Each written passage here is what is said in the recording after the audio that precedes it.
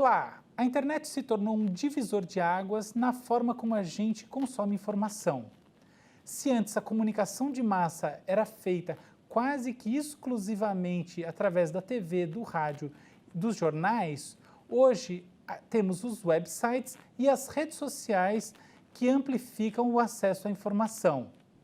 Diante de rápidas transformações, a gente vai discutir o futuro do jornalismo com os jornalistas Rodrigo Mesquita, do Grupo Estado de São Paulo, e Murilo Caravello, diretor de conteúdo do portal UOL. Rodrigo, tudo bom? Tudo bem? Uma pergunta para Prazer começar. estar aqui. Legal, uma pergunta para começar com você. Afinal de contas, o que a internet trouxe de bom e de ruim, assim, em termos mais expressivos para o jornalismo? Acho que que a internet trouxe de melhor foi a participação do público de uma forma ampla. Antes nós convivíamos com um ambiente midiático broadcast, de um ponto para milhões. Hoje é um sistema em rede, não centralizado, que ninguém tem o controle, e cada um de nós, cidadãos, estamos no centro. Agora, eu sou muito crítico do início desse processo dos jornais. Quer dizer, considera-se que a internet acendeu comercialmente em 95. Os jornais não quiseram entender o que é trabalhar num sistema em rede. Eles consideraram lá no início que eles iam botar o nome deles na internet, que o público iria lá por causa das marcas deles. E hoje a gente sabe que mais de 70% da audiência dos jornais vem dos debates que a sociedade está tendo sobre o seu passado, presente e futuro nas redes sociais. Considerando que rede social não é ferramenta, não é plataforma, Twitter, YouTube, Facebook, Instagram, o que você queira. Rede social é a base de relacionamento de cada um de nós. O Fernando Henrique tem uma rede social mais forte do que a minha. O público está, enfim, eles não teve orientação nenhuma. O público está experimentando, mas você organiza a sua base de relação, interesse, nas diversas plataformas. Twitter, Facebook, Instagram, YouTube, e esse processo é que é rede social. Eu acho que os jornais deveriam estar cobrindo esses processos, se utilizando do algoritmo e outros recursos tecnológicos. E isso eles não fazem. Muito interessante. Murilo, tudo bom? Tudo bem? Legal, prazer tê-lo aqui também. Prazer é meu. Como você vê esse lado bom e lado ruim da internet para o jornalismo? Especialmente do ponto de vista que você está num website, né? Como é que é o seu entendimento dessa questão como um todo? Olha, eu acho que a internet é uma revolução tão grande, né, que são muitos pontos positivos e eu acho que são muitos desses pontos eles são correlacionados, né? A internet revolucionou a comunicação e a informação, que eu acho que são duas das principais matérias-primas do jornalismo. Então, houve uma explosão da disponibilidade de informações nas últimas décadas. Esse processo continua, não para de aumentar a quantidade disponível de informação na internet.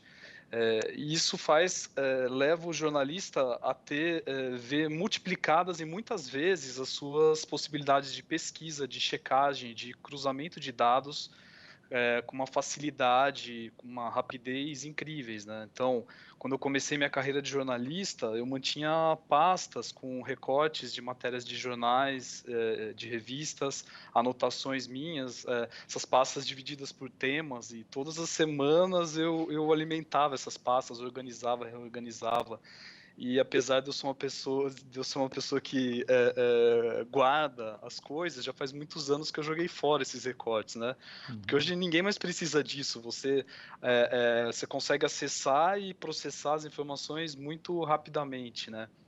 Então, acho que esse é um aspecto que mudou muito o fazer jornalístico, né? A revolução das comunicações é outra. Se você pensar que 3 décadas atrás não havia telefone celular, linha de telefone era uma coisa que era um bem, né, que você até declarava no Uhum. imposto de renda.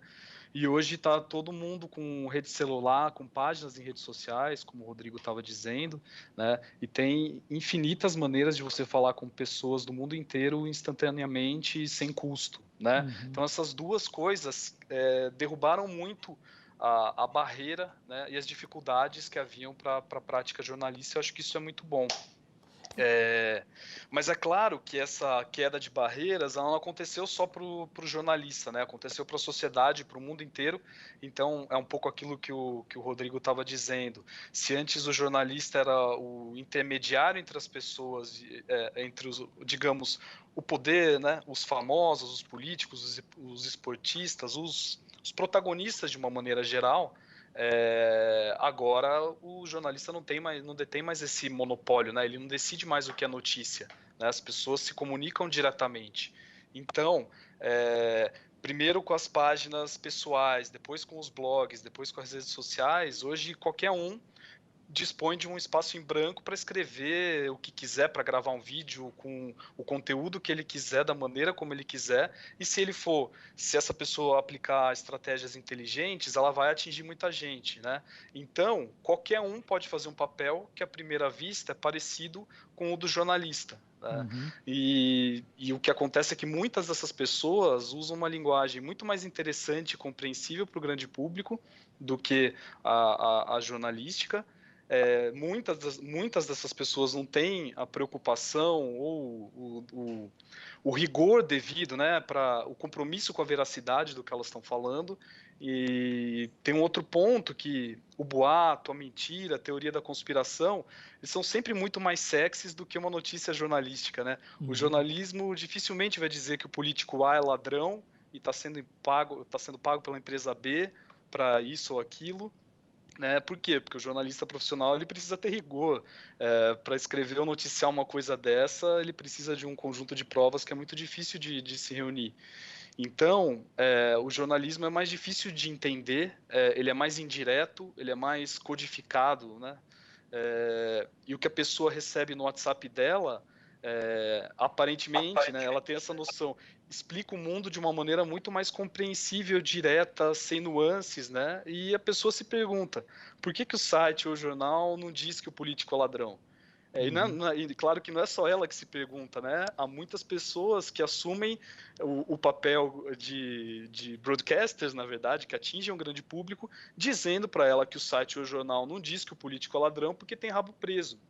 Então, ao mesmo tempo, né, se coloca em xeque tanto a utilidade pública do jornalismo e a própria credibilidade do jornalista, do veículo de uma maneira geral. Muito legal. Uma pergunta pontual para vocês. Vocês acreditam que a internet tenha tornado os textos ensaísticos, os textos que não são reportagens, são de colunistas, mais curtos? O que você acha, Rodrigo? Você acha que houve encurtamento ou não? Não acho que houve um encurtamento.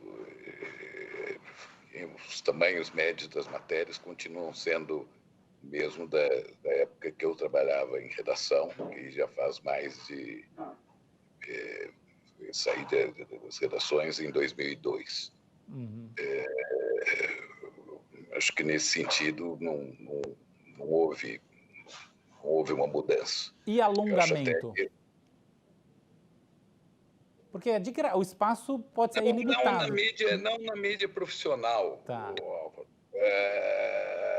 Você tem infinidade aí de formas da sociedade estar atuando. E aí você encontra de tudo. Como o Murilo estava falando, você tem informação sobre tudo que você quiser na internet. Né? Tudo de bom e tudo de ruim da sociedade. Né? Ela reflete a sociedade. Mas não vejo isso e acho até que os jornais deviam repensar, os jornais deviam se repensar inteiro. Porque você não tem mais o tempo que você tinha 40, 50 anos atrás. É muito por aí que eu estou perguntando. Você tem um fluxo constante de informação que está atolando a gente. no dia seguinte você fica sabendo como que os jornais viram aquilo, mas ele não traz propriamente uma novidade. E como ele não cobre os processos de debate que a sociedade está tendo ali, ele não vai adiante, porque seria possível, você é um grande fato de hoje, o jornal abrir amanhã, como é que a sociedade estava discutindo isso nas plataformas, nas redes sociais e nos blogs, Isso que está enfim, dizendo é muito legal. ferramentas que estavam ali.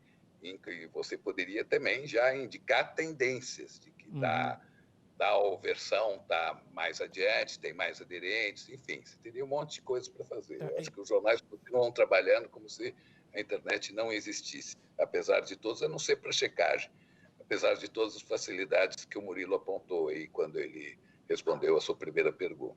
Achei isso genial. Murilo, na sua experiência, você tem sentido que há uma mudança realmente assim do tamanho do texto, ou em outras palavras, da expectativa que se tem do leitor? Como é que é aí, do ponto de vista do UOL e da sua carreira? Eu acho que, na realidade, não faz muito sentido a gente pensar em...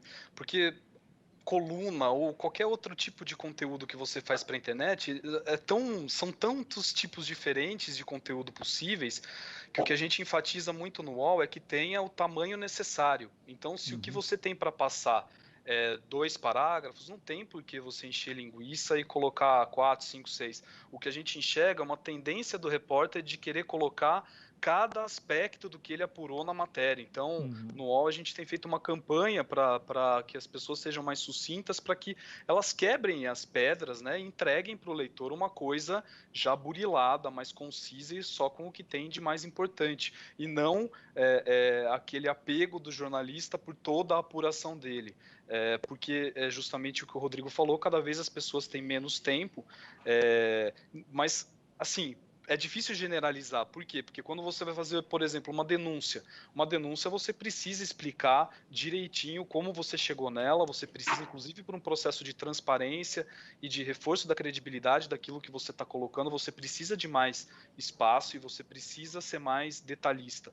Agora, se você está fazendo uma análise, eu acho que você tem que ser o mais breve possível para tomar o menor tempo possível do seu leitor. Eu não considero a internet um novo meio de comunicação. Ela é uma nova infraestrutura que afeta todas as formas de relacionamento da sociedade, sociais, políticos, econômicos, permitindo novas estruturas, tanto na economia, quanto na política, quanto nas relações sociais. Agora, em relação à mídia, a internet promoveu a junção de editoração e impressão, televisão e radiodifusão, com a computação e telecomunicações, acelerando e exponenciando o fluxo de informações para a sociedade, envolvendo ela de tal forma, o público de tal forma, que ela anulou o axioma de McLuhan, o meio é a mensagem, e criou um novo. A narrativa é a mensagem. Genial. Quer dizer, a informação dos jornais entra na rede, que os jornais distribuem na rede, sem procurar estabelecer um diálogo com o público, né?